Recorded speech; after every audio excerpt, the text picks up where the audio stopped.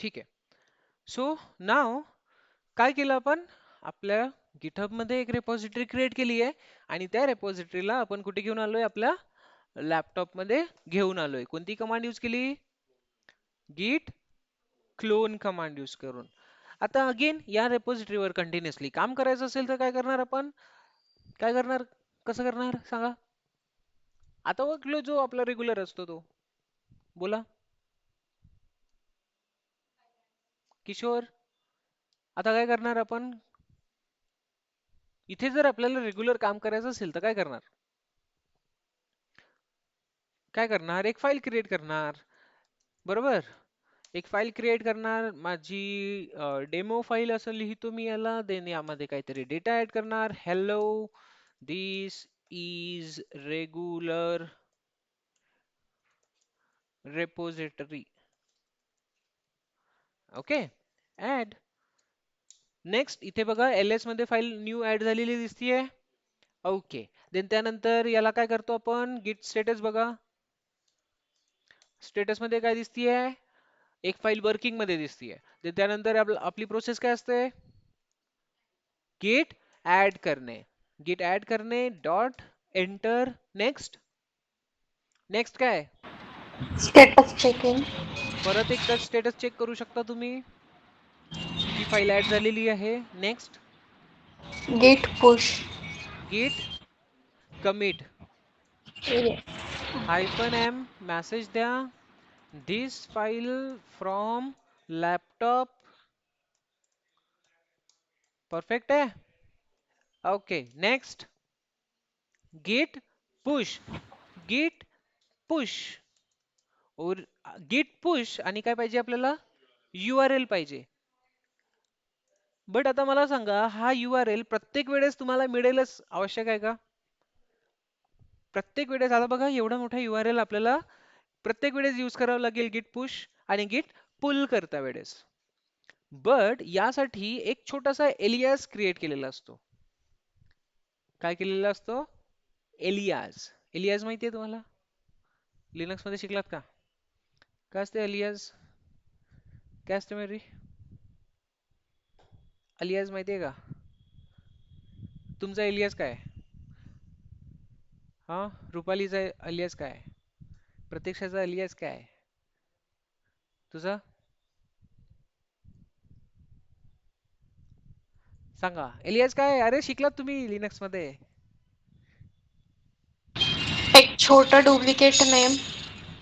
Right. आता जसं प्रतीक्षाचं alias असलं तर प्रती काहीतरी म्हणतो आपण छोटस नाव. टोपण नाव किंवा टोकन नेम. हा रुपालीचं रुपू असं काहीतरी बोलू आपण है ना. किशोरचं एक किश्या बोलणार की नाही? होणार ना असं? हा त्याला काय म्हणतो आपण? म्हणजे मोठा नाव असेल हर्षवर्धन पाटील काय म्हणतो आपण? HP बोलू त्याला. ठीक आहे ना. तर त्या पद्धतीचं एलियास इथे पण अवेलेबल असते की आता प्रत्येक वेळेस URL यूज नाही करायची. त्याच्यासाठी एक डिफॉल्ट एलियास असतो ओरिजिन. डिफॉल्ट मध्ये कोणतं नाव असेल? ओरिजिन. कुणासाठी? त्या URL साठी. कळलं का? येस. बट हे कधी काम करतं ओरिजिन? जेव्हा तुम्ही क्लोन केलेलं असणार. बट जर तुमच्या लॅपटॉप वरून सेट करायचं असेल ओरिजिन तर त्यासाठी एक कमांड आहे. कोणती? git remote add. git remote add आणि तुमचा URL असणार आणि त्याच्यासाठी तुम्हाला जे नाव द्यायचं आहे आधी नाव लिहावं लागतं बहुतेक.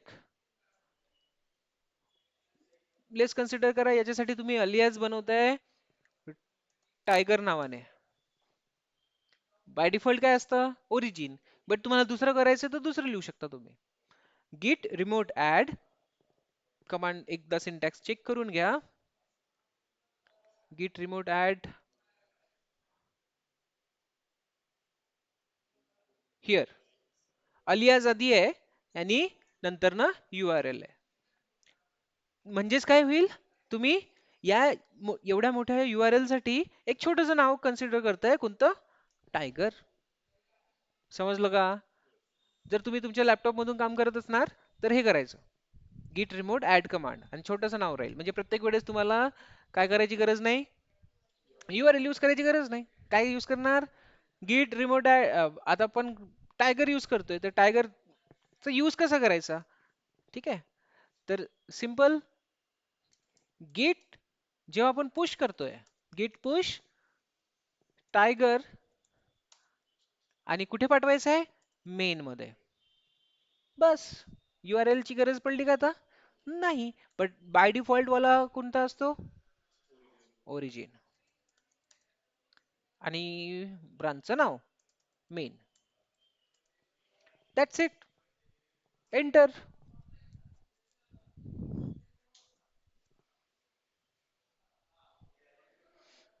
आता हा काय करणार, जो डेटा आपण मॉडीफाय केलेला आहे इथे, हा डेटा कुठे पाठवणार, रिमोट रिपॉझिटरी मध्ये पाठवणार. बघा पाठवलेला आहे, चेक करा गिटहब मध्ये येऊन, रिफ्रेश, सी डेमो रिमोट आलाय, डेमो फाईल. इथे आपण डेमो फाईलच ऍड केली ना, डेमो, आणि ही आता इथे अवेलेबल झाली आहे. आणि इथे जर एखादी फाईल क्रिएट करताय, रुपाली या रिपॉझिटरीला ऍक्सेस करायचं असेल डायरेक्ट तुम्हाला, तर काय करणार तुम्ही सांगा. या रिपॉझिटरीला जर तुमच्या सिस्टम मध्ये घ्यायचं असेल तर तुम्ही काय करणार, क्लोन करणार. काय करणार, क्लोन करणार, म्हणजे इथे असलेला पूर्ण डेटा तुमच्याकडे अवेलेबल होऊन जाईल. आणि तुम्ही नंतर ना काय प्रोसेस केली, गिट ऍड गिट कमिट गिट पुश, डेटा इथे अवेलेबल होणार, करेक्ट आहे. आणि मला मग काय करायला लागेल, मला काय करावं लागेल, इथे जर इथे डेटा आहे बट माझ्या लॅपटॉप मध्ये नाही आहे, इथे डेटा तुम्ही ऍड केलेला आहे बट माझ्या लॅपटॉप मध्ये आहे का, नाही, तर मला काय करावं लागेल, पुल करावं लागेल. तर हा डिफरन्स लक्षात ठेवा. ओके, हा, येस, नाही, क्लोन करताना URL लागेल, कारण आपल्या सिस्टम मध्ये अवेलेबलच नाही ना ती, आणि कोणती रिपॉझिटरी करणार आहोत हे पण माहिती नाही, तर त्यासाठी URL लागेल. क्लोन करताना पहिल्यांदा आपल्याला URL लागेल. नेक्स्ट टाइम एव्हरी टाइम तुम्ही एलियास यूज करा, ओरिजिन, गिट पुश ओरिजिन मेन. समजलं. तर हे ऑलरेडी आहे, बट आता तुम्हाला ही कमांड पण समजली, कोणती, गिट रिमोट ऍड, कळलं. ओके, ठीक आहे. सो आणखी काही बरेच कमांड बघून घेऊ पटापट. इथे मी एक फाईल अगेन क्रिएट करतोय, क्रिएट न्यू फाईल,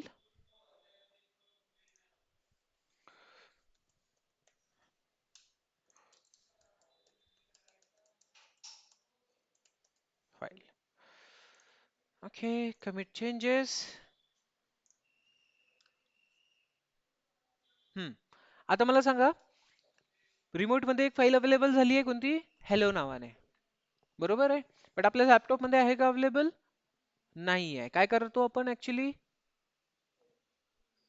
आता हे आपल्या लॅपटॉप मध्ये घेऊन यायचं असेल तर काय करणार, Pool. पुल करणार, बरोबर. हा, बट एक आणखी एक कमांड असेल, git fetch, git fetch. आता ही काय करतं ते बघू, git fetch, git fetch बघा काहीतरी प्रोसेस केलाय याने, है ना, git fetch काहीतरी प्रोसेस केलाय, बट ऍक्च्युली याने काय केलं ते बघावं लागेल. ls मध्ये दिसतीये का फाईल, नाही. दिसतीये का, नाही. तर फेच काय करतं, सिंक करतं, कुठे, तुमच्या रिमोट रिपॉझिटरीला तुमच्या लोकल रिपॉझिटरी सोबत सिंक करायचं काम कोणाचं असते, गिट फेच. ठीक आहे, ओके. नेक्स्ट, कुठे गेलो, Sync करता म्हणजे नेमकं काय?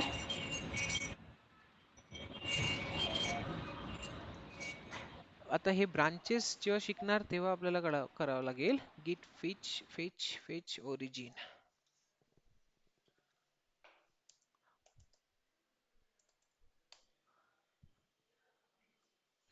एकदाच करता येईल ते, परत परत होणार नाही. जर आपण गिट फेच सोबत ओरिजिन नाही लिहितोय तरी चालेल, तो ऑटोमॅटिकली फेच करेल. आता इथे होते काय, आता लेट्स कन्सिडर करा मेन आहे है ना, मेन आहे, आपण आणखी एक बघितलं मास्टर है ना. तर जेवढे पण असे वेगवेगळे ब्रांचेस असणार, त्यांना सगळ्यांना तुमच्या सिस्टम सोबत, सिस्टम मध्ये काय घेऊन येणार, तो त्यांची अपडेट्स घेऊन येणार. ओके, काय म्हणतोय बघा, fetch down all the branches from that गिट रिमोट. तर मेन असो किंवा मास्टर असो, त्या सर्वांना आपल्या सिस्टम सोबत सिंक करणार, आपल्या लॅपटॉप सोबत सिंक करणार. ठीक आहे, ब्रांचेसला. तर हे जेव्हा ब्रांचेस सांगणार तेव्हा सांगायला पाहिजे मला. तर आता सध्या ठीक आहे. ओके, तर एकदा गिट हे बघून घ्या, चिटचिट काय काय आपण बघितलेलं आहे ऑलरेडी आणि काय नाही बघितलंय ते डिस्कस करू. कॉन्फिग कमांड समजली होती. सर्वात स्टार्टिंगला जेव्हा तुम्ही सेटअप करणार तेव्हा तुम्हाला तुमचं युजर नेम आणि ईमेल द्यायचं आहे. देन त्यानंतर गिट इनिट आणि क्लोन समजला. आता इनिट म्हणजेच लॅपटॉप मध्ये जेव्हा तुम्ही एक रिपॉझिटरी क्रिएट करताय तेव्हा, आणि क्लोन जर रिमोट रिपॉझिटरीवर तुम्हाला काम करायचं असेल, तुमच्या सिस्टमवर घेऊन येण्यासाठी काय करावं लागेल, क्लोन. गुड. स्टेटस माहिती आहे, गिट ऍड माहिती आहे. रिसेट कमांड काय करतं, तर रिसेट कमांड आपण ऑलरेडी बघितलेलं आहे. आर एम कमांड, गिट आर एम कमांड आपण ऑलरेडी बघितली आहे. तर ही कमांड आपण चेक करू, गिट रिसेट काय करतं. ओके, तर सर्वात आधी एक फाईल क्रिएट करणार आपण इथे, cat. Okay, cat cat cat file one. इथे फाईल वन नावाने काहीच नाहीये, तर आपण क्रिएट करू हॅलो टेस्ट. काय, कोणती कमांड आहे ही, रिसेट. रिसेट, ठीक आहे. तर एक फाईल आपल्याकडे अवेलेबल झाली आहे. गिट स्टेटस मध्ये बघा काय दिसतंय, फाईल दिसतीये. तर गिट reset file one, enter. Status file one, गिट रिसेट ऍड करावं लागेल, गिट ऍड.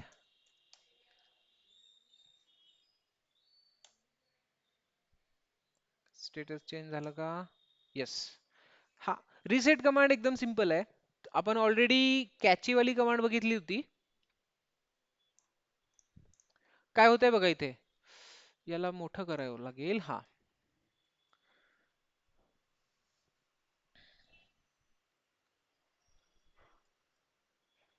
परत एकदा करू, कन्फ्युज होणार तुम्ही यामध्ये. गिट स्टेटस बघा, स्टेटस मध्ये काय दिसतीये, ही फाईल वर्किंग मध्ये दिसतीये, बरोबर आहे. आता मी काय करणार, याला स्टेजिंग मध्ये ऍड करणार. स्टेजिंग मध्ये ऍड केलंय. देन त्यानंतर मी कोणती कमांड यूज करतोय, स्टेटस चेक करा आहे स्टेजिंग मध्ये. आता जेव्हा आपण गिट रिसेट कमांड यूज करणार तेव्हा ही पर्टिक्युलर फाईल अगेन वर्किंग मध्ये वापस येणार. अगेन काय करणार, वर्किंग मध्ये वापस येणार. अगेन आपल्याला स्टेटस चेक करायचं असेल तर स्टेटस चेक करू आपण, सी वर्किंग मध्ये वापस आलेली आहे. तर रिसेट मीन्स स्टेजिंग मधून बाहेर काढणे. कळलं, ठीक आहे. जास्त काही क्रिटिकल कमांड नाहीये, इझी कमांड आहे. ओके, गिट डिफ आपण बघितलंय. ऑप्शन आहे हायफन हायफन स्टेज. हा ऑप्शन ते स्टेज कधी यूज करायचा आपण, जेव्हा एक काम करा, फाईल आपल्याकडे कोणती आहे, फाईल वन है ना. फाईल वन आता वर्किंग मध्ये आहे, आपण डेटा ऍड केलेला आहे. याला परत गिट ऍड करणार आपण. गिट ऍड काय करताय, गिट ऍड केल्यानंतर काय होतं, स्टेजिंग मध्ये जातं. स्टेजिंग मध्ये आहे ना हे. ओके, तर मी काय करतो, याला अगेन यामध्ये डेटा ऍड करतोय. आता ऍड करणार extra, file one, enter. Hello this is testing what, कोणतं command, diff hyphen hyphen stage, hyphen hyphen staged. Okay, so enter. नाव फाईल वनला आपण ऑलरेडी कुठे ऍड केलं होतं, स्टेजिंग मध्ये ऍड केलं होतं. आता परत आपण जर स्टेटस बघितला तर काय दिसायला पाहिजे, मॉडिफाईड. एक स्टेजिंग मध्ये पण ऍडेड आहे आणि एक त्याच फाईलमध्ये आपण काही मॉडिफिकेशन पण केलेले आहेत. करेक्ट. आता या दोघांमध्ये डिफरन्स बघायचा असेल, त्यासाठी आपल्याला हायफन हायफन स्टेज यूज करायचा आहे. सेम फाईल कुठे काही डेटा सोबत आपण कुठे ऍड केलेला आहे, स्टेजिंग मध्ये. आणि सेम फाईल मध्ये काही नवीन डेटा सुद्धा आपण ऍड केलेला आहे. इवन इथे अगेन एक कमांड दिसतीये, git restore. Restore means again हे कुठे येणार, यामधला डेटा जो आपण आता ऍड केलाय तो वॉश आउट होऊन जाईल. कळलं का?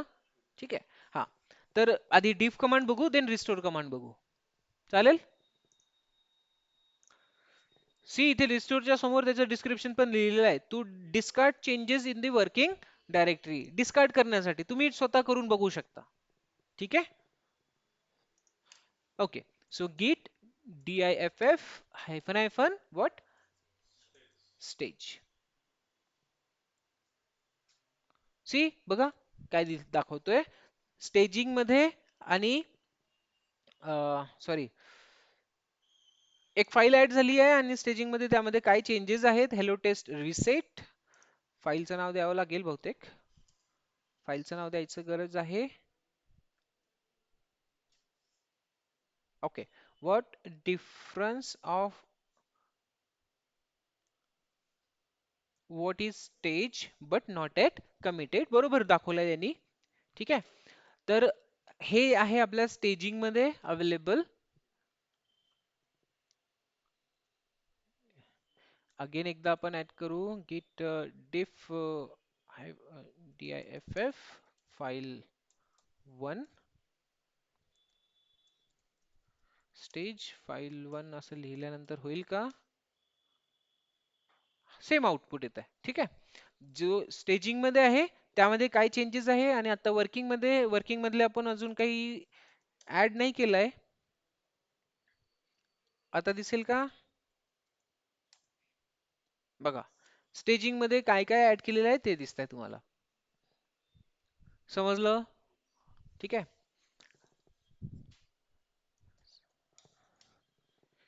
ओके, आणखी कोणती कमांड आहे? कमिट माहिती आहे तुम्हाला?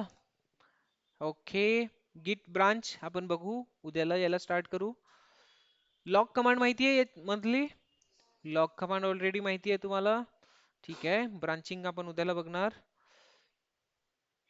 लॉग्स पण तुम्ही कम्पेअर करू शकता, ब्रांचेस मधले पण बघू शकता, किंवा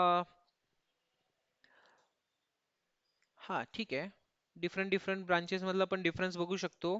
शो, आता हे शो कमांड काय करतं? तर शो कमांड एक्झॅक्टली सेम काम करतं डिफरन्स सारखं. गिट शो. इथे आणखी डिटेल्ड मध्ये दिलेलं जातं डिफरन्स. डिफरन्स DIFA बघितलं आपण, त्यासारखंच काम करतं कोण? शो.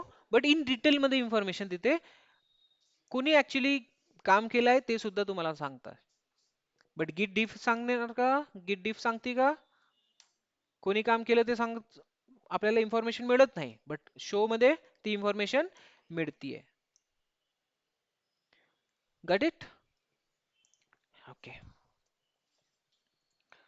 आणखी काय आहे ते? पुल माहिती आहे तुम्हाला, पुश माहिती आहे तुम्हाला, फेच आणि मर्ज हे आपण नंतर बघणार आहोत जेव्हा ब्रांचिंग आपलं कम्प्लीट होईल. गिट रिमोट ऍड माहिती आहे. ओके. RM कमांड सांगायची गरज आहे? नाही. MV कमांड सांगायची गरज आहे? MV कमांड काय करते माहिती आहे ना? चेंज करणार नाव. येस. एक्झिस्टिंग पाथ आणि न्यू पाथ सेम असणार, जे MV चं काम असेल ते. ब्रांचिंग वर असेल हे. ठीक आहे. ओके. सो सध्या जो आपल्याला कन्सेप्ट बघायचा आहे आतापर्यंतचा, तो इझी आहे.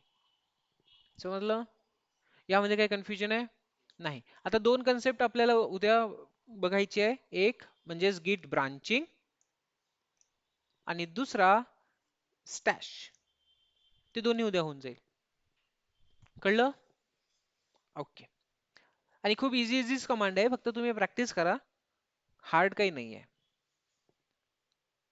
ओके.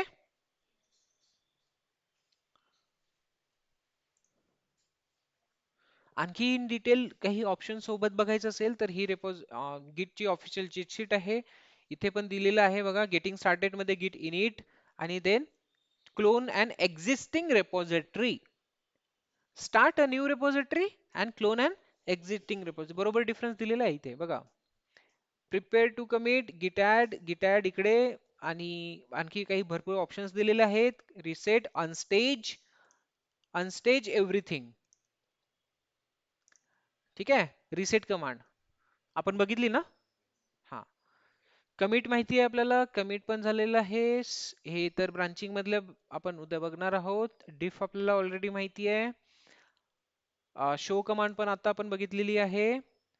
यामध्ये तुम्ही प्रॉपरली कमिट्स मध्ये पण डिफरन्स बघू शकता, करून बघितलं आपण ऑलरेडी. रिस्टोर आत्ताच बघितलं आपण अनस्टेज करण्यासाठी.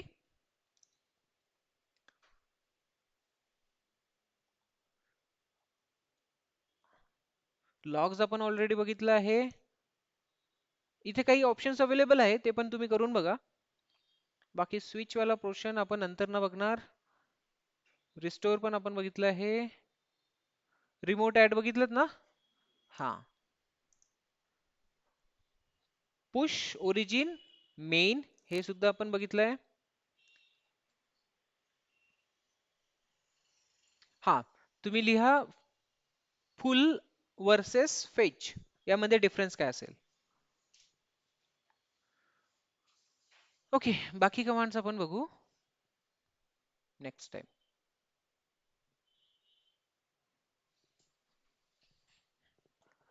आता फक्त दोन कन्सेप्ट, इम्पॉर्टंट कन्सेप्ट बाकी आहेत, जे की आपण बघणार. सध्या इथे स्टॉप करतोय.